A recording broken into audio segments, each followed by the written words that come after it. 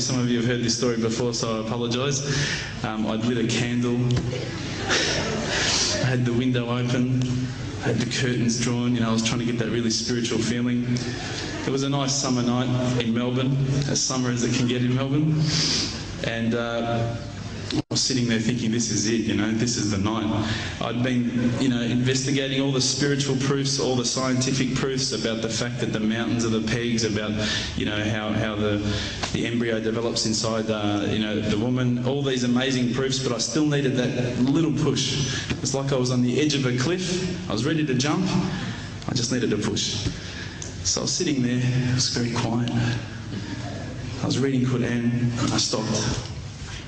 I said, Allah, this is my moment. This is the time I'm about to jump into Islam. All I need is just a sign. Just a little sign, nothing huge, maybe a bolt of lightning.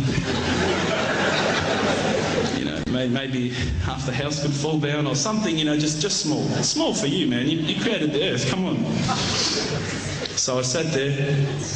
I was waiting for the candle to start lighting up to 4 metres high like in the movies. And I go, okay, go. And subhanAllah, nothing. Absolutely nothing happened. I was really disappointed, to be honest. So I sat there and I said, Allah, this is your chance. I'm here. I'm not going nowhere. I'll give you another chance. Okay, maybe you were busy. I know it's daytime over the other side of the world. There's a whole lot of stuff going on. Maybe this time it could just be like a car backfiring. Something small. All right, the half the house, the candle. Let's forget that. A bird could fart outside. I don't care. Just anything. So I said, okay, go. And subhanAllah, absolutely nothing happened. And I mean, I couldn't have even said, oh, that was it. That creak just then in the wall, that was it. Absolutely nothing happened. I was really disappointed. I was gutted. I was sitting there thinking, this is it, this was my last chance, Islam, and I haven't found it. I pulled back the Quran, I turned back to where I was reading. SubhanAllah, the very next verse on the next page, for those of you who ask for signs, have we not shown you enough already? Look around you, look at the stars, look at the sun, look at water. These are the signs for the people of knowledge. SubhanAllah.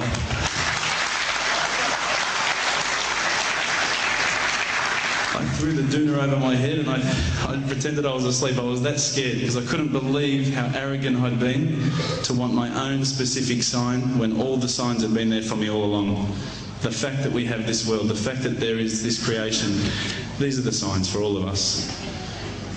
The next day I decided this is it, I'm becoming a Muslim. I'd been investigating Islam now for probably about 6 months, to be honest. I went in and I said to myself, this is it, I'm going to make shahada. I had no idea what I had to say, I had no idea what the words were. It was probably close to Isha prayer, so it would have been, 7, 8 o'clock at night. I went in and I couldn't believe it. There was about 1,000 people at the mosque. I thought, subhanAllah, look at this religion. Look at how strong they are. It was the first night of Ramadan.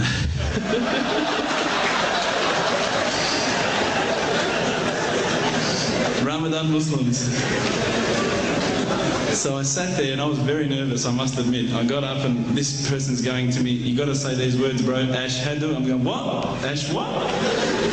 Can't I just say it in English? No, they say, no, you got to say it in Arabic. And I thought, looked out over the sea of beards that I could see in front of me and I thought, if I get these words wrong, I'm a dead man. Again, I had this fear, And they were staring at me, and I don't know if you know this, but Australians can't stare. Lebanese people can stare.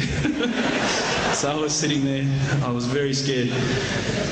I got up, and subhanAllah, as soon as I started to say the words, all fear went out of my mind. It felt as though a shower was inside my head and someone had just turned on the cold tap. Felt like I'd been flushed clean.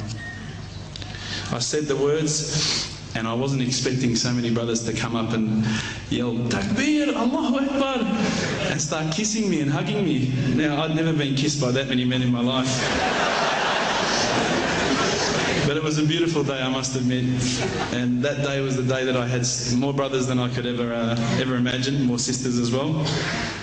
But I guess since that day I've never looked back. My family, I think, initially were very worried that I was going to be, I guess, a little bit weird towards them. That they thought that I was going to break out the AK-47s and the grenades.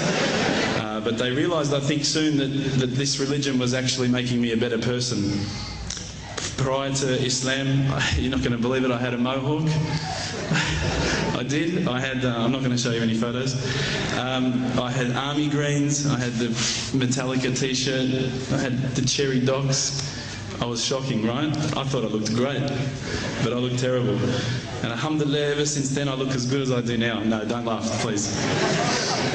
But my parents were the first people to actually say to me once, which really amazed me. They said, my father actually asked me for the Quran recently, which I was really happy about. I always thought he'd be one of the hardest people to work on. But he said to me, ever since you've been a Muslim, you've been a better person. You're more reliable. I can count on you to come and pick me up if my car breaks down. Whereas before I'd gone, Dad, I was drinking last night. I don't know if it's still out of my system.